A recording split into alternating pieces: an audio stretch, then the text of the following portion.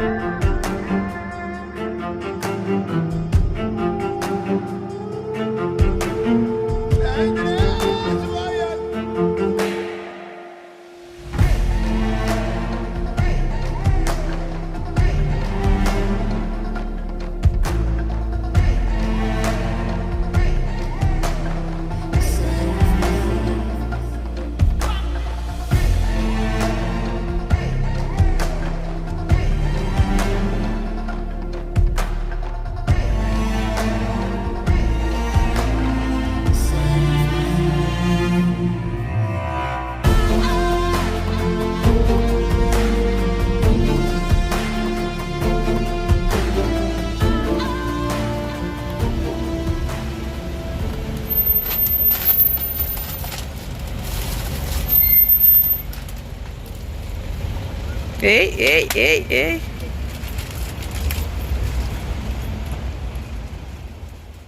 Advocate Anton Katz argued before the court in November that her return was a forced rendition, not illegal. Good morning, good people. Who do we have here? Good morning, Huyamore, Sanbonani, Abshini, Dimachoroni. Thank you guys for joining us on this episode. Excited to be doing Mapungubwe for the very first time. I did it as a kid, but it was a day visit and I was very young, so it doesn't really count. But I'm so excited to be going there with my wife. We're going to be camping for 3 nights and we're just hoping for an epic adventure, you know. Yeah, I am so excited. I'm looking forward to this trip. I've never been to Mapungubwe. So yeah, this is really exciting for me. Oh, can't wait for this adventure. I'm glad because, you know, there'll be enough elephant sightings in Mapungubwe. So it won't be like Marakele where we didn't see a single elephant. You know? Not even one. It was bad. It was bad, you know. So fridge is full. Everything is packed up. We left Gauteng yesterday in the afternoon. So we used Polokwane as a pit stop. We left Polokwane, I think, at around 7:15 in the morning, roughly an hour and a half ago. So yeah, thank you for joining us again on this episode. Let's hope for the best time we can have. Yeah, and where are we? Is this like all days? It looks like a town. Should be all days. Yeah. I think so. Already at all days, so okay, that's good. This is exciting. Yeah, okay. Hopefully we are halfway there. All right. Bye. Danko.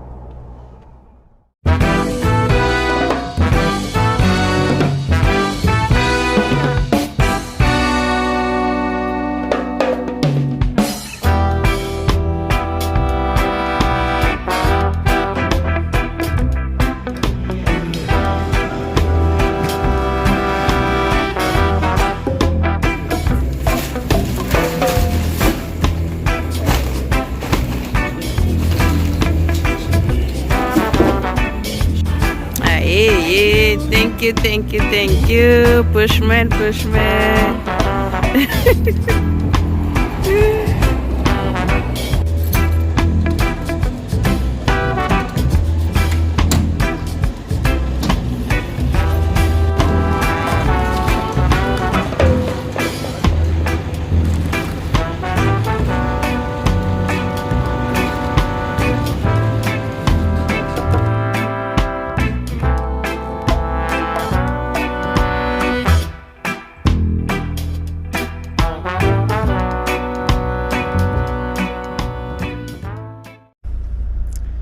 So we're on the road that leads straight to the reception. I believe this would be Mapungubwe. I'm not sure, but on the map it says so. We're about pretty much 15 km from there. It should be Mapungubwe because I see a lot of impala.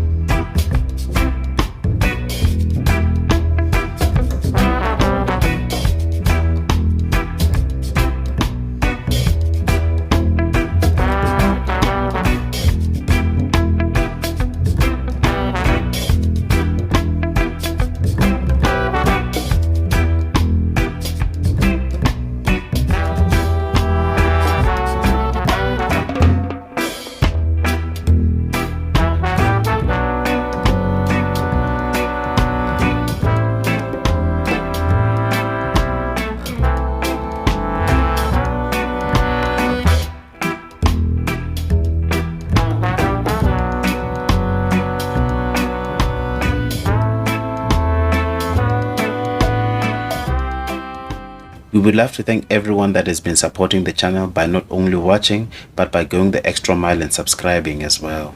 We love sharing our travel adventures with you from the bottom of our hearts. As an initiative to help us cope with the ever-increasing traveling costs, you can now support the channel by purchasing one or more of these for your friends and family. These canvas prints are quality material and all pictures have been taken by us. This will go a long way in enabling us to create more videos for you to enjoy. Now back to the video.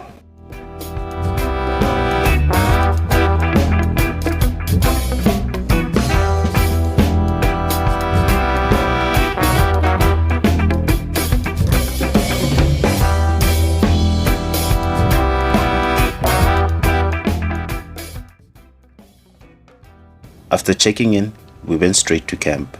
Mapungubwe is divided into two sections, the eastern and the western sections. This is due to private land ownership in the region. Mazo Camp is located in the western section of the park.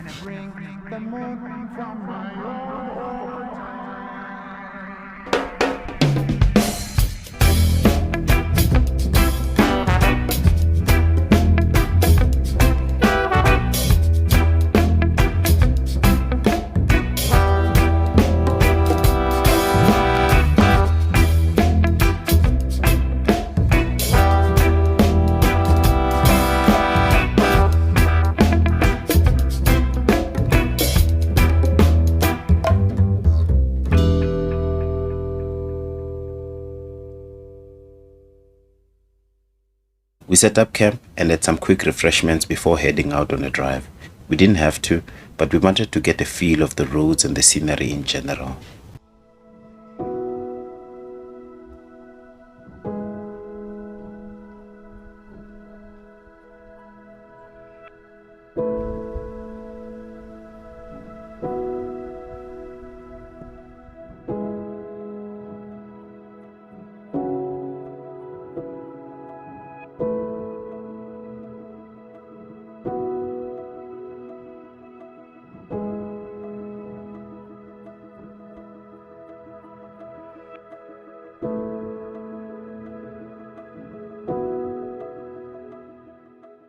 At Mazo Camp, you have to open and close the gate yourselves.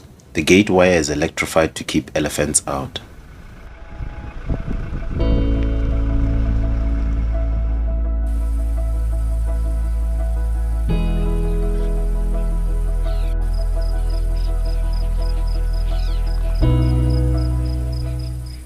The wildlife here is different. It is not in abundance. It is only experienced by those patient enough to witness its quiet magic.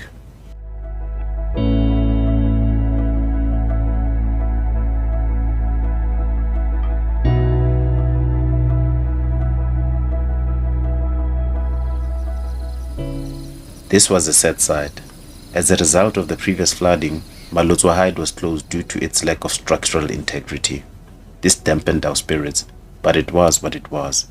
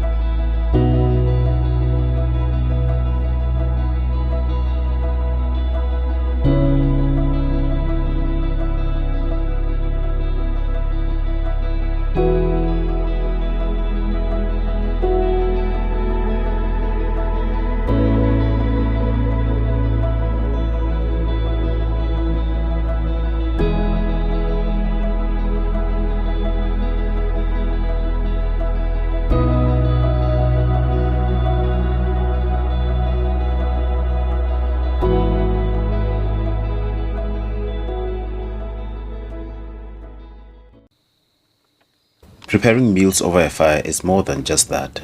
It's a communion with the land, where time slows and the silence of the bush becomes a welcomed guest.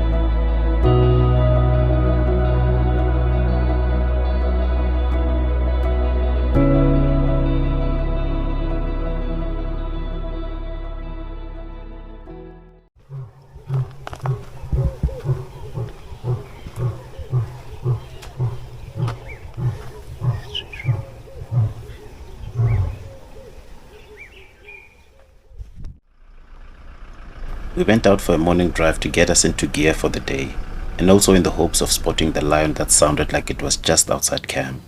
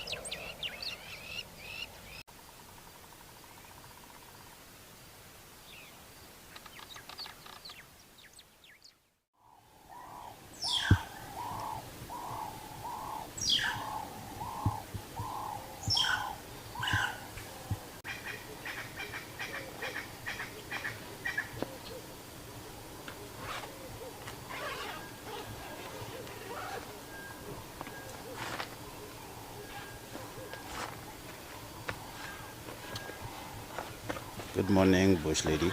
Morning. How are you? I'm good, thanks. How are you? It's alright.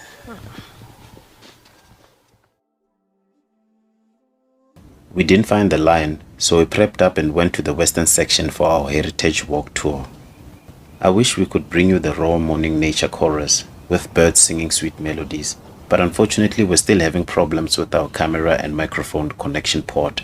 Please bear with us for now.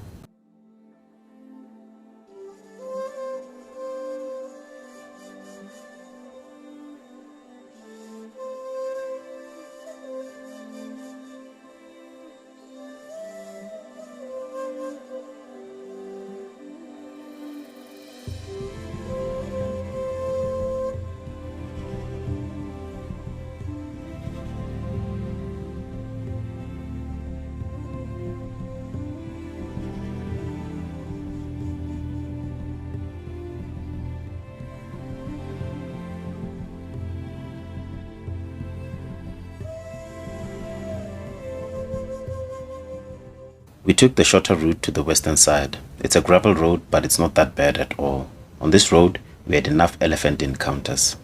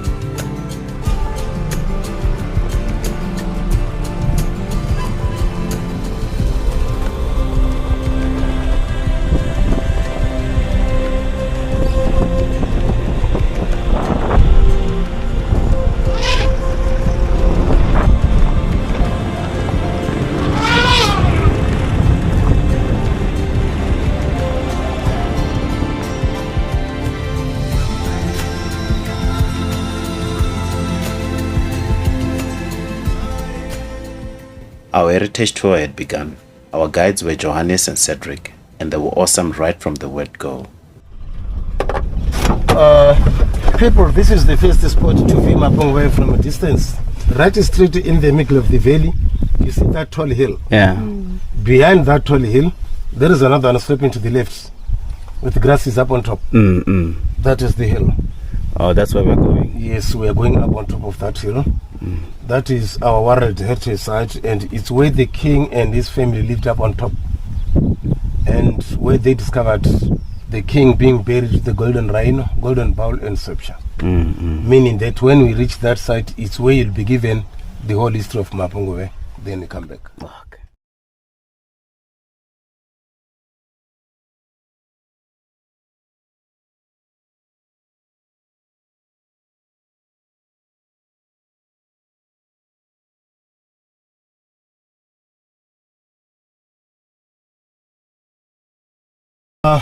That copy is what we call Nyende, and Nyende is a Kalanga name or from the Western Shona people. If you cross to Botswana, you go to Francis Town. Those are the Western Shona people. You cross to Zimbabwe, you go to Plumtree, Cameroons. Those are the Western Shona people. They call it Nyende, and Nyende was to be used by rainmakers during the time of drought. They have to perform their rituals to call the rain. And those people to call the rain, they have to be taught by the San people, the Bushmen, Varwana.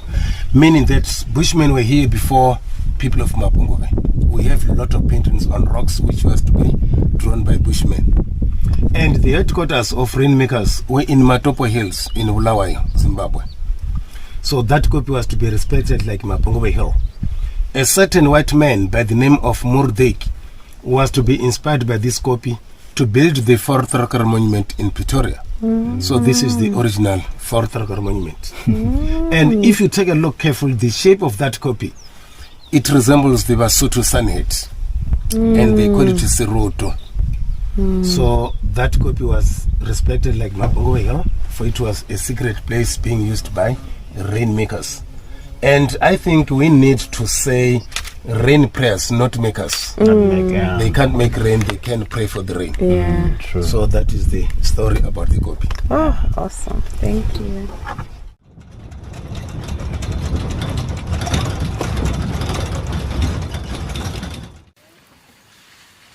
We had a close-up encounter with elephants. This definitely made up for Malotwa hide being closed.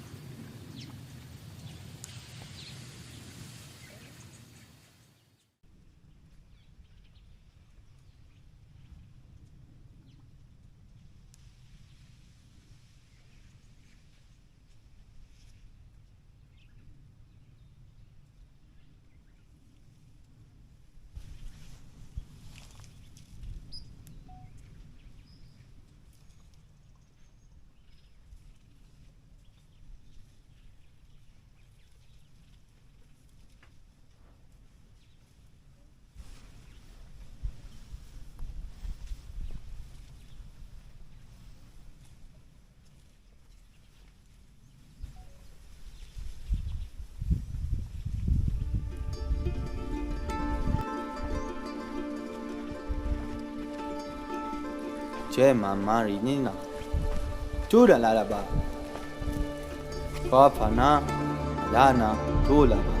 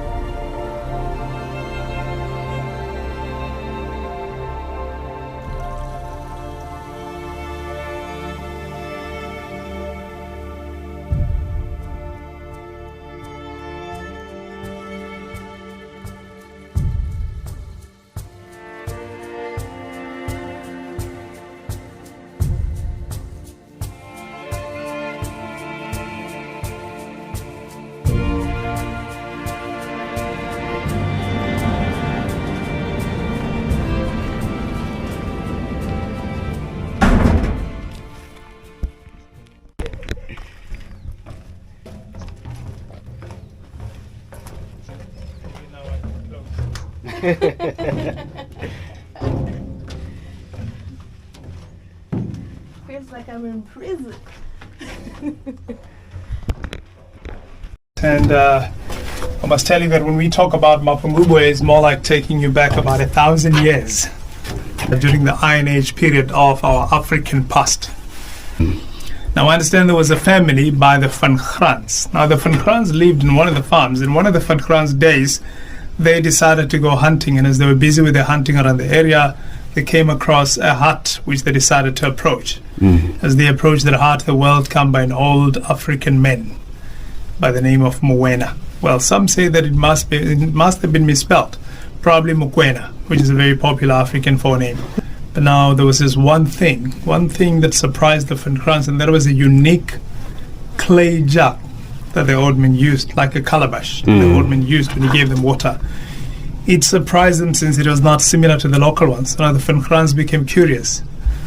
They wanted to know exactly where this old man found the clay jug. They started asking the old man. They even asked if he could give it to them. But now this old man refused, and he would not even want to tell them where he found it. And so as this Van Grans were about to leave, as they're about to go, well, I understand that's when now the cousin of this old man stood up and volunteered to show the Van Grans the hill. I understand the cousin of the old man brought them to the site. Now he stood a distance away, maybe 300-400 meters away from the site or so, and he just turned his back and he pointed, "That is the hill behind me. I'm not going there." Meaning that he was as well scared of his sisters. And immediately Rush came to the site, and as they approached the site, the world come by pieces of pottery, pot shards, fragments of bones, things like that, just lying all over on the site. And now that convinced them this is the site we've been looking for. But then later is then the matter was reported to the University of Pretoria. I mean, since Van Graans's son was a student at the University of Pretoria, and that's when now the government decided to buy the area to secure the site. And that's when they came to discover all these objects and artifacts which had been kept in the University of Pretoria since then, from the 30s until only 2011 November, that some of these artifacts were brought back here. And now people are able to see some of those from a new museum very close to the entrance gate, which was officially opened on the 10th of September 2012.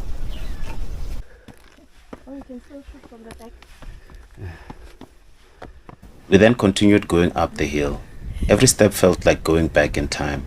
This was the first time we'd ever been to an archaeological site, let alone one as significant as Mapungubwe Hill.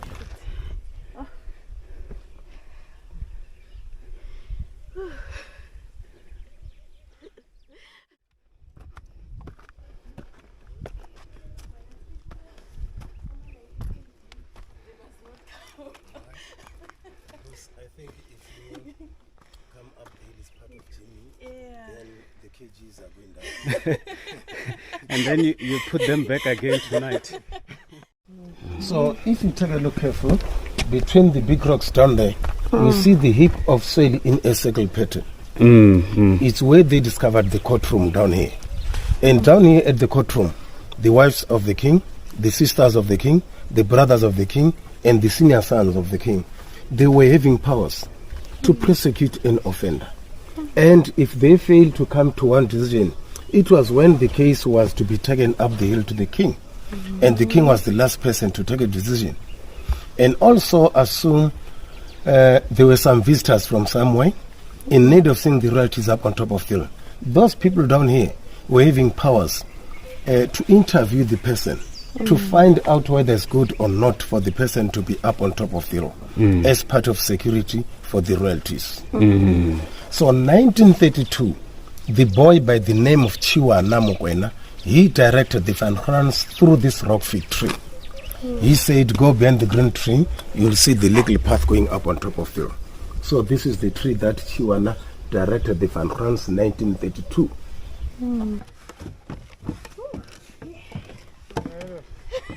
Long before colonial ships reached the African shores, Mapungubwe was flourishing as the first known kingdom in southern Africa.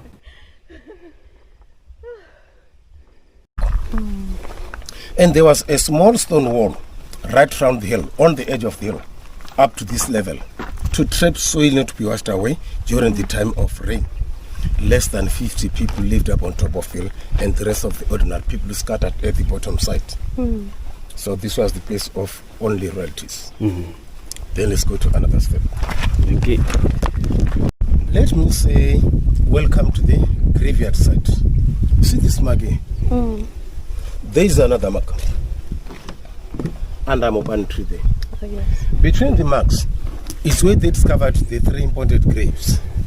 Those were buried in clay pots, were buried with gold, meaning it was the king, the queen, and the brother of the king. And those were buried in a lying position were to be discovered from this portion, whereby it might be the daughters, the sons, the nephews, and the wives of the king. For many of them were young people. We talked about women carrying soil from the bottom side. And archaeologists, after sorting, much more soil to be thrown down there. And also after the collapsing of the wall, from the rain, much more soil to be washed down there. Meaning that from the original rock, the level of the soil was up here. Clay pots between the soil and the rock. So much more soil to be washed down there by rain. And those people to be buried in clay pots, they were clever enough, knowing that during the time of rain, their skeletons, gold, glass beads, won't be washed away because they were kept in clay pots. And for them to be buried facing west, many people do believe that always light comes from the east. This is darkness. But around here, local people or elder people will tell you that because those people are from eastern part of Botswana, after death, they need to face back home to their ancestors. That's why they're facing to the west. And the grinding stones. Let us come to this step.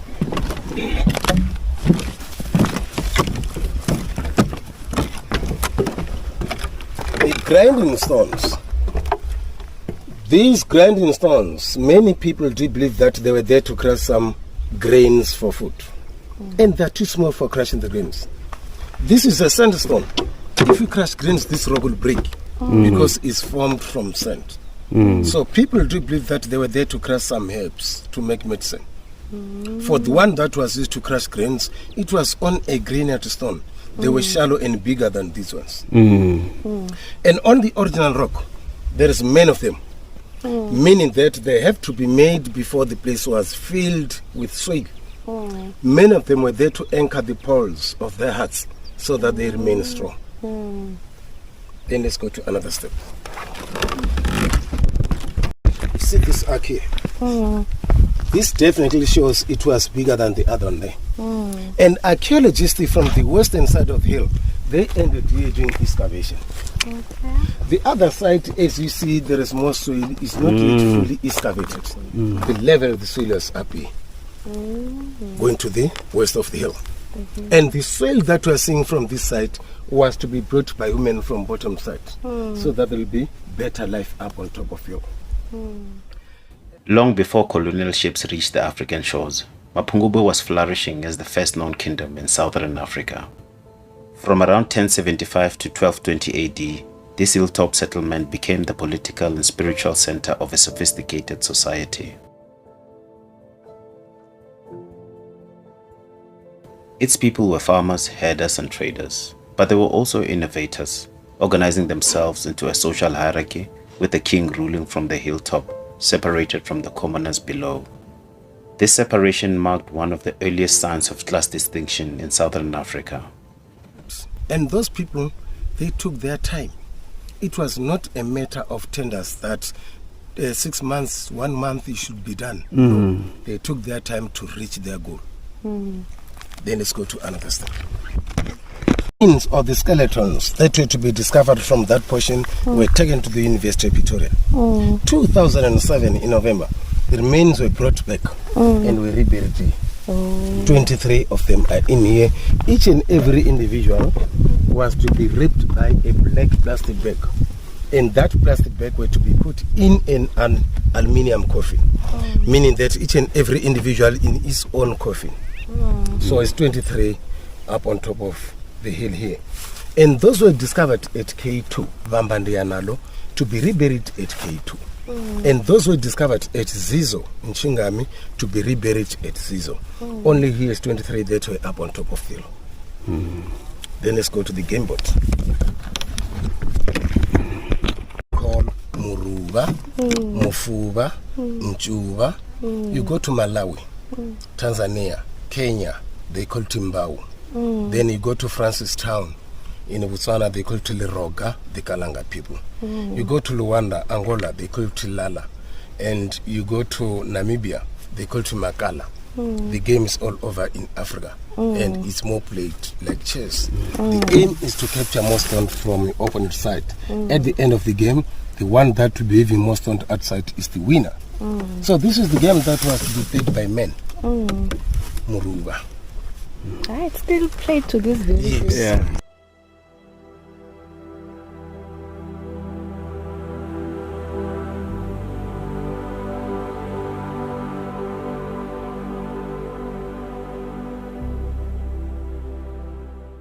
No one knows exactly why the people deserted Mapungubwe. It could have been climate change, resulting in a period of drought that made farming impossible, or maybe shifting trade routes that left the kingdom behind. Perhaps it was internal conflict or a combination of many factors.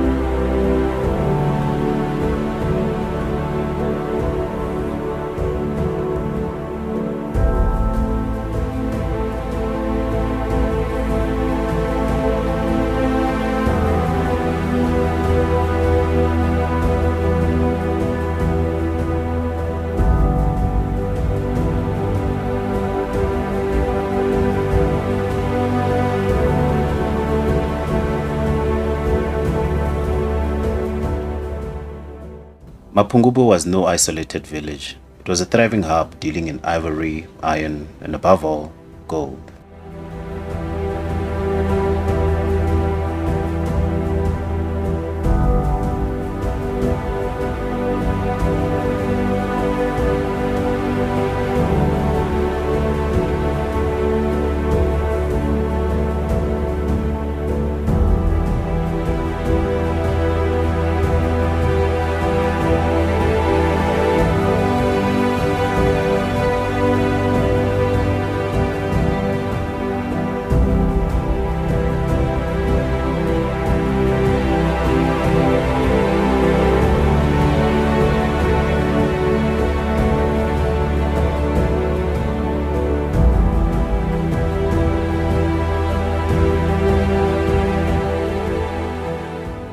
For many years, the story of Mapungubwe was hidden.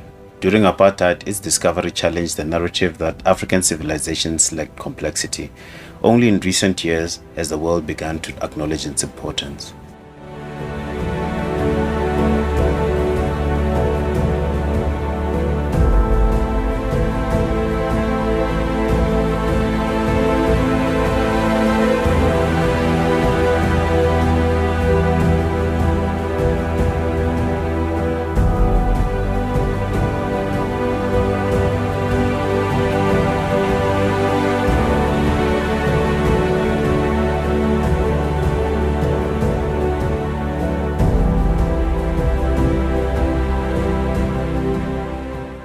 Gold was the lifeblood of Mapungubwe and its legacy, and no artifact tells a better story than the famous golden rhino. Unfortunately, taking footage inside the museum is prohibited, and we respected that rule. If you want to see the artifacts displayed in the museum, you will have to drive up here, which is a good thing.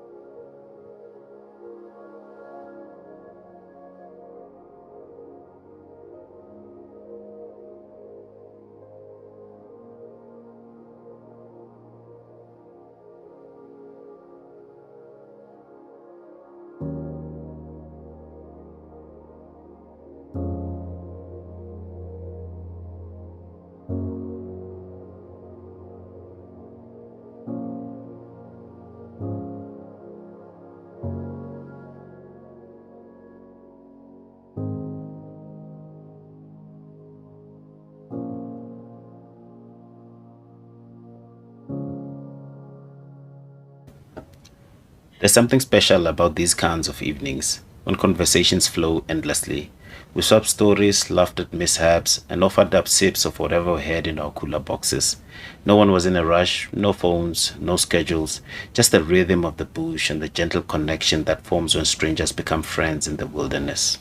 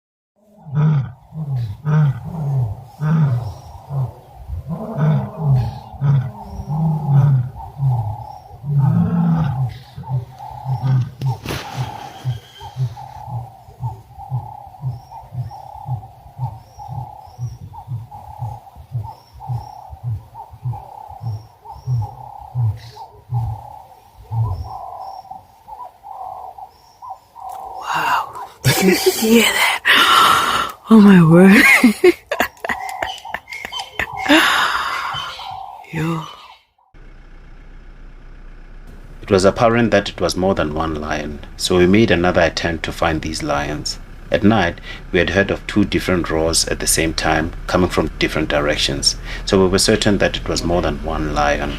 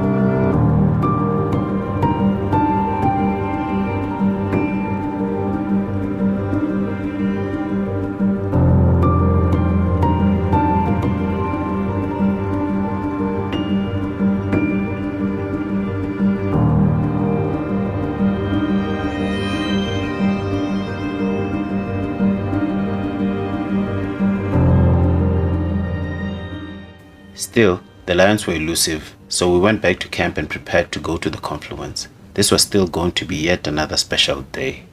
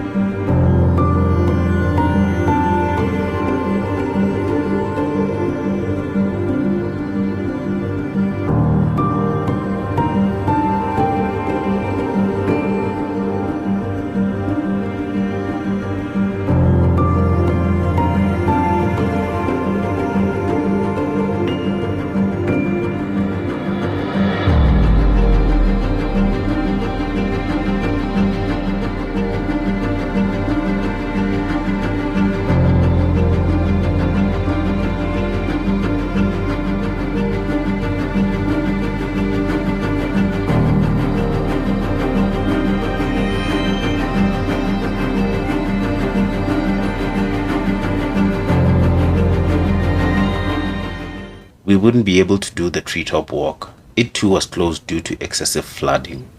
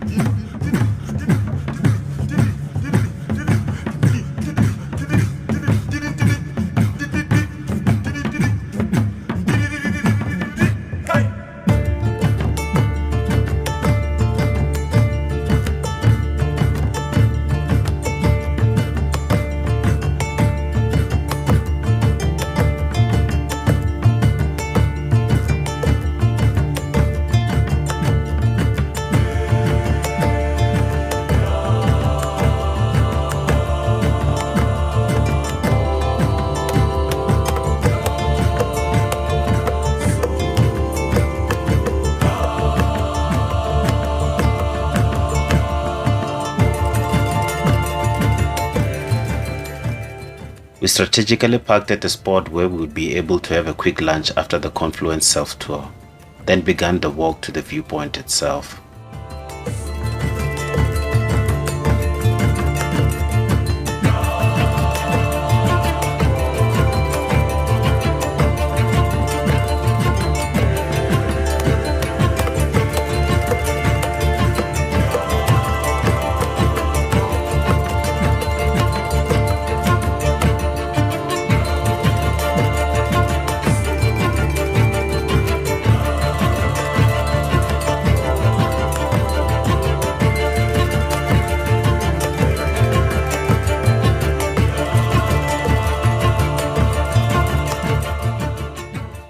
There are a couple of lookout points at which you can enjoy the scenic views, but they are all similar. It depends on your preference and the time of day.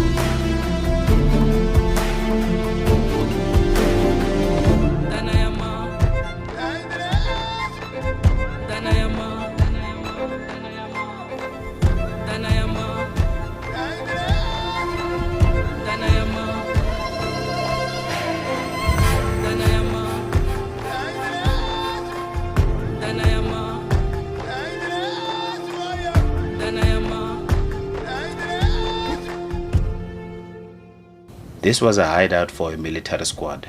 Mapungubwe was a highly fortified site and had strong military presence throughout.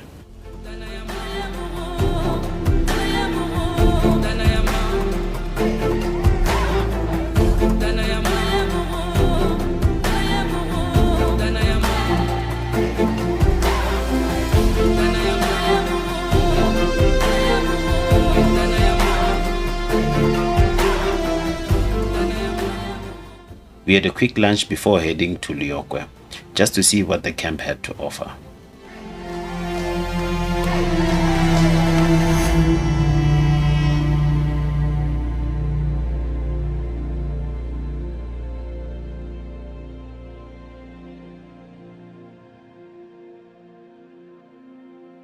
Johannes, who was our guide at the Mapungubwe Hilltop, has a very sentimental connection with this place.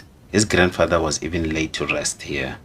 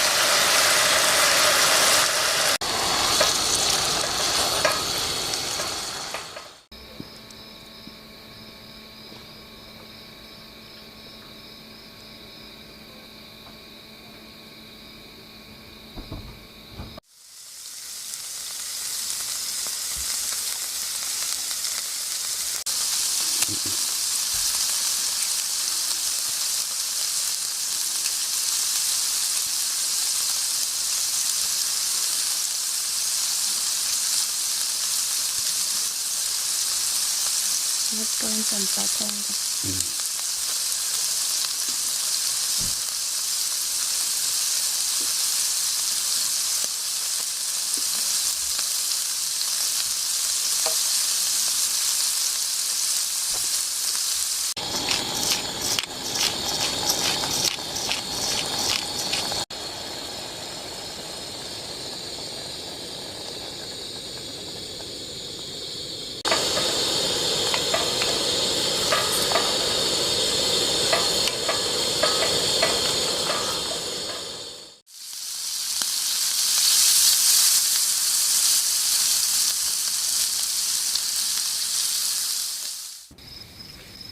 Thank you so much for joining us on yet another amazing adventure. We truly fell in love with Mapungubwe. Please remember to subscribe, and much appreciation to all our subscribers. And we also appreciate those that have reached out and communicated with us on a personal level. Please stay safe. Peace be with you.